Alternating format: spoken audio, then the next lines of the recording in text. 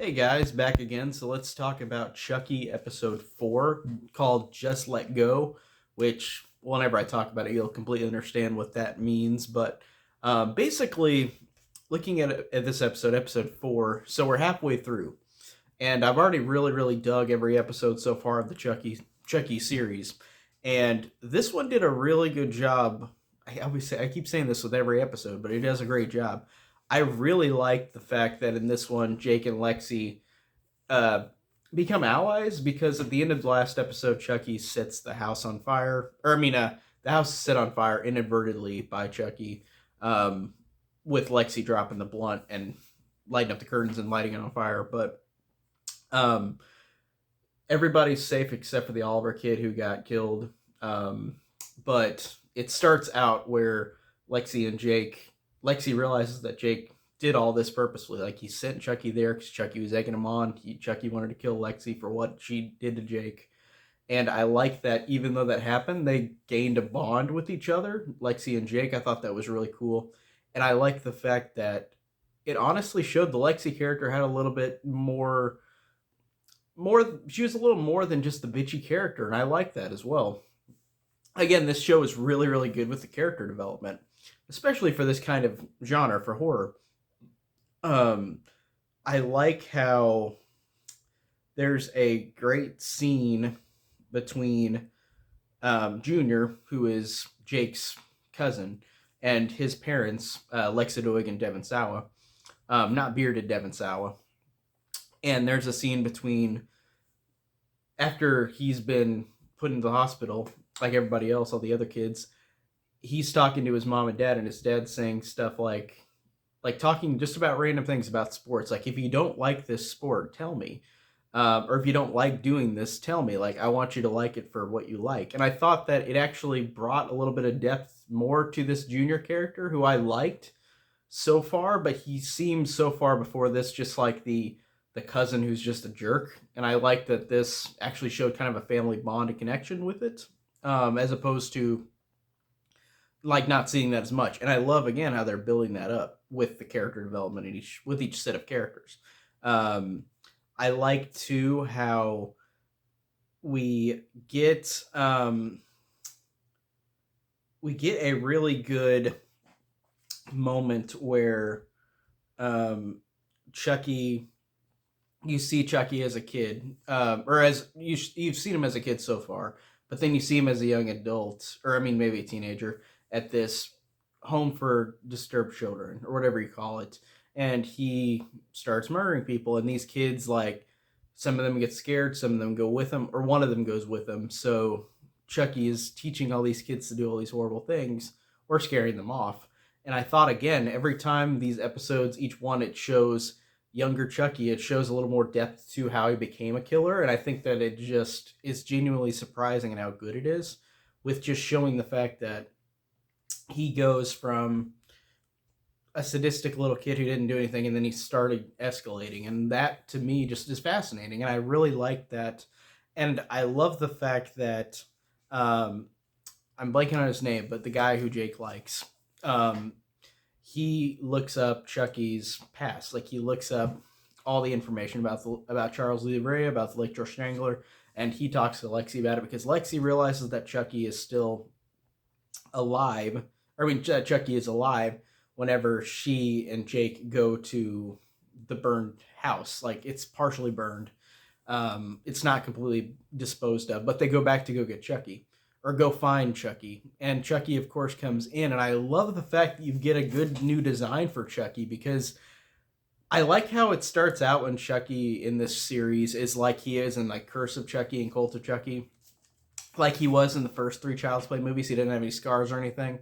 And then, of course, Bride and Seed, he had scars. And then in Curse, it's revealed that he had scars as well, but it was just covered up.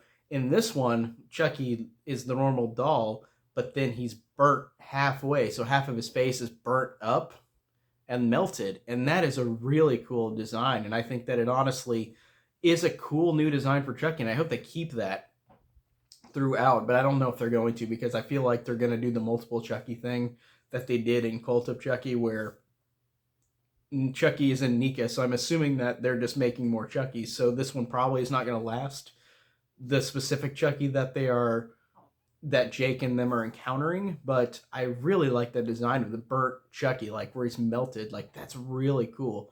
Um, I just love how they make designs for Chucky like that, where he's got the scars, or whether in Child's Play 3, whenever half his face gets cut off by the scythe.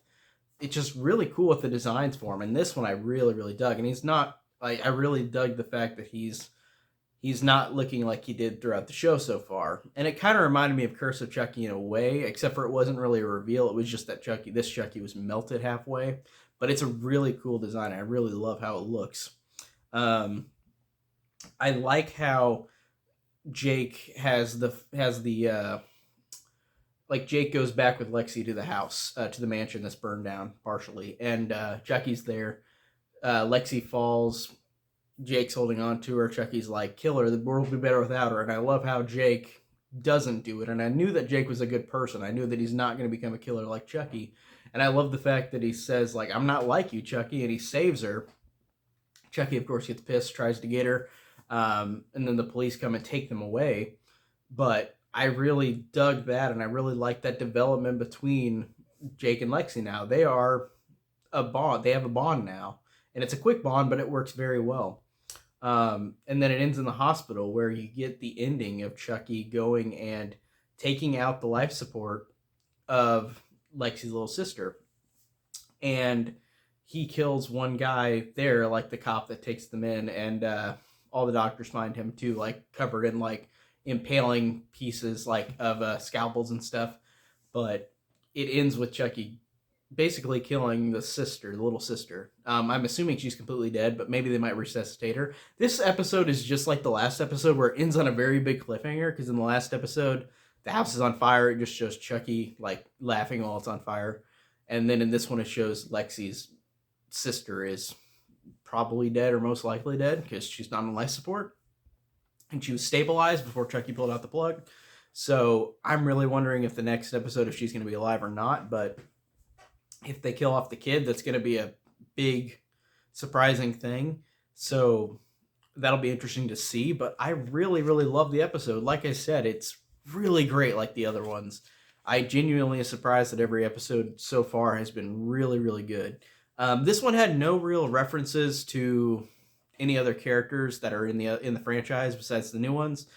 There was a picture of Tiffany and Nika whenever Jake's boyfriend was looking up the history of Charles Lee Ray. It showed on the screen like a picture of Tiffany, a picture of Nika.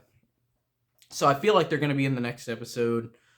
They've got to be at least in an episode soon, because we're halfway through. I know they're not going to be used that much because they're bigger actors, and that's totally fine, because these new actors and these new characters, I think, are really good and do a great job in it. So I'm really excited for the fact that it is a new thing in the franchise, but it's not about the older characters as much so far. And I feel like it's going to eventually, the new characters and the old characters are going to mesh together eventually. But I feel like they're going to hopefully be in the next episode. Because like I said, it was talking about Tiffany and Nika. So I feel like they're going to appear. And you did have Andy Barclay talk on the phone to Jake in the first episode. So it's leading up to that, to see them come back. So I'm excited for that. Like I said, I love this series so far. I really can't wait for the rest. I just can't wait till next Tuesday. So I'll be there to review it next time. And what did you guys think of the episode 4 of Chucky? Just Let Go. And I didn't really explain Just Let Go. It's whenever Chucky is taunting Jake, saying like, just drop Alexi, just drop her, just let her go. So that's what that meant. So I explained it. But like I said, what did you guys think of episode 4? And that's it. And I will see you guys in the next video. Take care.